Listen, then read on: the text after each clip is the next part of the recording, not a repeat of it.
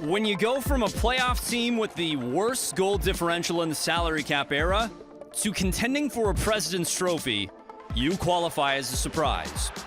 Last season, the Caps were a putrid -37, but like two kids stacked on top of each other in a trench coat, somehow managed to sneak into the last playoff spot in the East. Consider that right now, the Caps would set a salary cap era record for biggest swing in goal differential year to year among teams to make the playoffs.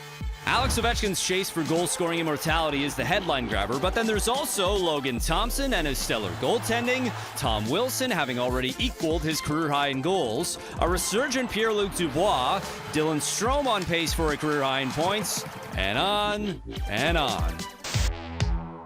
What's the best reality TV show to come out of Canada? Bachelor in Paradise? Big Brother? The Traitors? None of the above. It's the Vancouver Canucks, but at least the drama inside Rogers Arena finally came to a resolution when JT Miller was voted off the island and shipped to Broadway. Now, it's up for debate how much the drama affected Vancouver on the ice, but regardless, it's been a disappointing year for the Canucks. Quinn Hughes is playing at an MVP level, but outside of that, it's been tough sledding. When Hughes isn't on the ice this season, Vancouver is being outshot by an astounding 144 shots. The numbers do not paint a pretty picture when 43 isn't on the ice. The Vancouver captain has almost double the points of his next closest teammate, Brock Besser. Meanwhile, Elias Pettersson, on the other side of the off-ice drama, is on pace for the worst season of his career across the boards, all the while carrying the league's 5th highest cap hit this season. There's a lot of science to back up the Caps and the Canucks as a surprise and disappointment. With the Calgary Flames, it might just be an eye test, or more simply, vibes. Yes, the Flames were 3 points out of a playoff spot at the break, but a year after finishing 17 points back of a playoff spot, this is the kind of turnaround that almost feels ahead of schedule.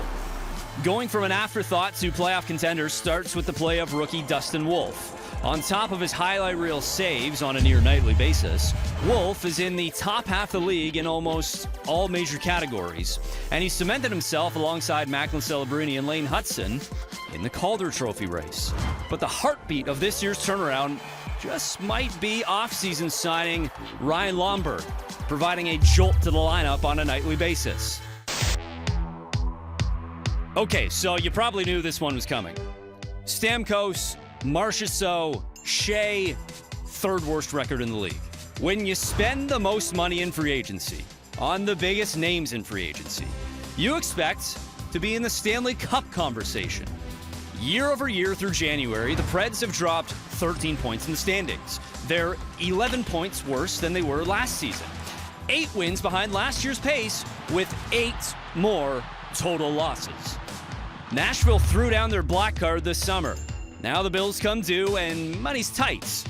Will it lead to the Preds selling as we approach the trade deadline?